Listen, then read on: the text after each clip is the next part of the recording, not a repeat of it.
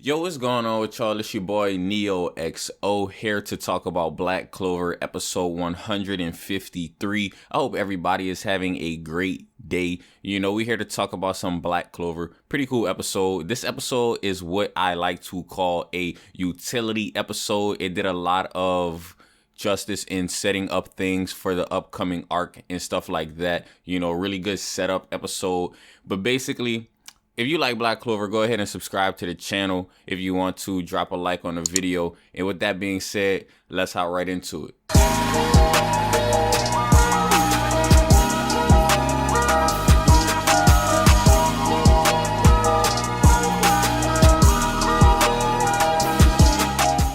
So this episode starts off with a Magic Knights captains meeting. Now, this meeting is pretty much setting up for the Heart Kingdom training arc. You guys have been asking for this Heart Kingdom training arc for so long, and I don't mind them actually taking their time with episodes like this and actually setting it up more. I don't personally mind that.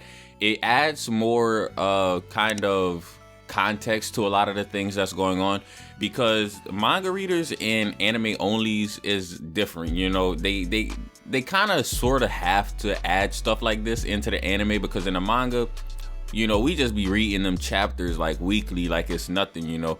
But in the anime, they kind of want to flesh things out a little bit more, which makes sense because it's a weekly anime and there is a lot of information from the manga that can be expanded upon. Basically, it don't even have to be that much expanded on, at least shown more, you know what I mean? Like, there's a lot of stuff that happened in the manga that we just get a lot of, you know, more context on. I'll touch on that too, like, cause I'm coming at this episode from a manga reader's perspective. Now, I won't spoil the anime onlys, but I'll definitely lead the anime onlys in the right direction, you know, of where to look, you know, cause I kind of know it's gonna go on because I read the manga. But that doesn't necessarily mean that every single detail came from the manga, because they're adding some details that kind of like fit like a puzzle with the manga, you know what I mean? But anyways, the Magic Knights captains meeting, what is it about? So basically, this meeting is about who is going to be nominated to train in the Heart Kingdom under the Spirit Guardians. Now, this is a very cool plot point, because in the manga we didn't get the meeting. We didn't get this meeting in the manga, so it kind of, we didn't really know where or why some of the candidates got chosen. I mean, we could obviously make some speculative like the discernment, considering most of the people who got chosen were major characters. You know, Mimosa, Noel, Netto, they're all like important to Asta's character, you know.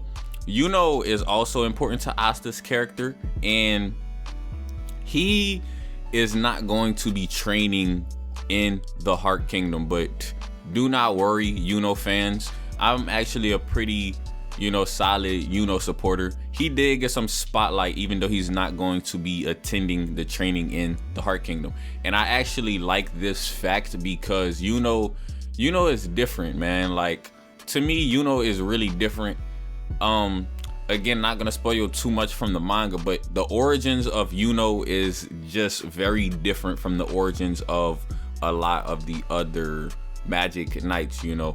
The manga readers, you know, I'm throwing this in there for y'all. Like, we know Yuno, just his backstory is just way different, so it makes sense for him to not follow kind of the main thing that the other people are doing, like Asta and Noel. They're gonna be training in the Heart Kingdom. Now, I do want to see what Yuno gonna do. There is like a little subplot, like a subplot. I'll talk about the subplots too, because I know some people like the subplots. I'm gonna make some videos on some subplots soon. Like Nozel be having some subplots too and stuff like that. I'm gonna make a video on that. But yeah, the subplot with Yuno, they got a little subplot going on, which I would consider this kind of major. Yuno and Langris definitely have some type of relationship. Well, of course they have like some type of relationship. They're in the same squad, but there's something deeper going on between Langris and Yuno, and they're gonna be expanding upon that. I seen like the preview for the next episode that actually, we're gonna see about that. And also recently, if you guys have read the manga, again throwing this in there for the manga readers, last chapter we did get some Yuno and Langris action. I already reviewed the chapter. Y'all could go watch the review if you haven't, but I'm not gonna get too deep in that because I don't want to spoil people. But anyways, moving on, basically they had this meeting and the people who got chosen were, I'm gonna just name a couple because like quite a few actually got chosen. You know, some of the people who they nominated were amongst like some of the stronger people like Mimosa, Noel, Nero, Leo, Asta, Luck. And I find it interesting that Magna was not nominated. I find that interesting, but it does make sense. At the end of the day, Captain Yami knows what he's doing. I feel like Captain Yami's personality may lead people to think maybe a little bit wrong of him, or a little bit like he doesn't know what he's doing, but he's actually really intelligent and he actually knows what he's doing. And the thing about Captain Yami is he actually knows his squad members, seems like on a personal level. So the fact that Magna is a peasant and he doesn't have arcane stage magic, and they touched on arcane stages in here again. I don't know if I'll even want to touch on that. Like every time they bring up arcane stages, people get in like some big debates within the community.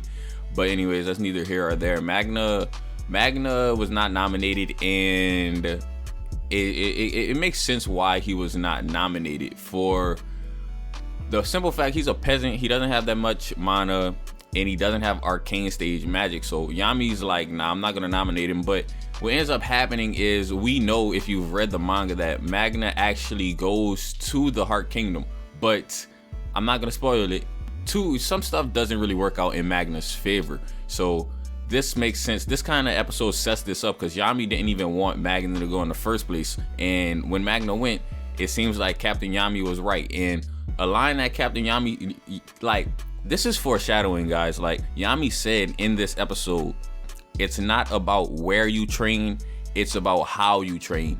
And I believe he told Magna this because he just knew that Magna was not a fit for this training that was going to be taking place in the Heart Kingdom. I really like the details, guys. I really like those details. Now, moving on past the meeting, they basically had the meeting to discuss some of the stuff that I just discussed. And they have like a ceremony, you know, promoting the Magic Knights to different ranks.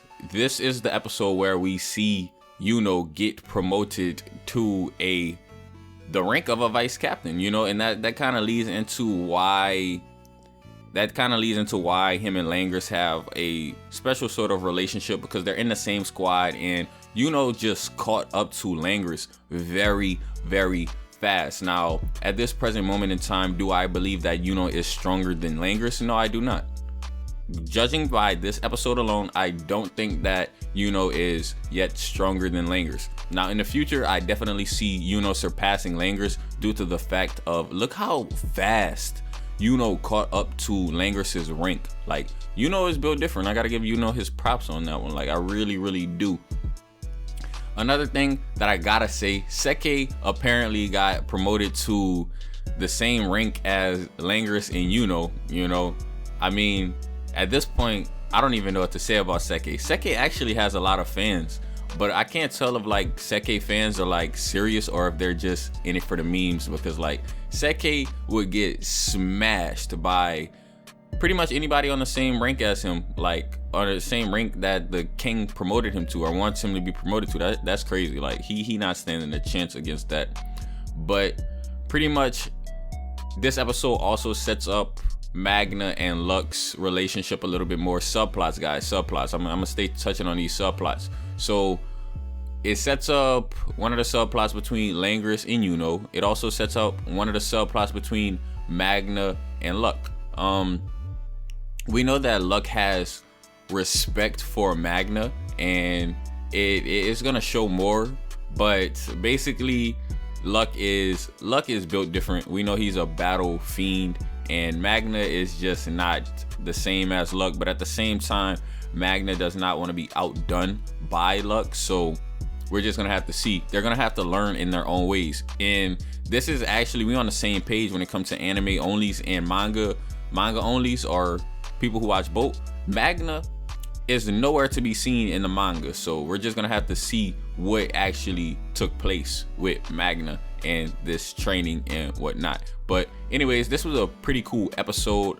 I hope you guys enjoyed this video, and if you did, please leave it a thumbs up, comment, and subscribe. As always, it's been your boy NeohXO, and I'm out.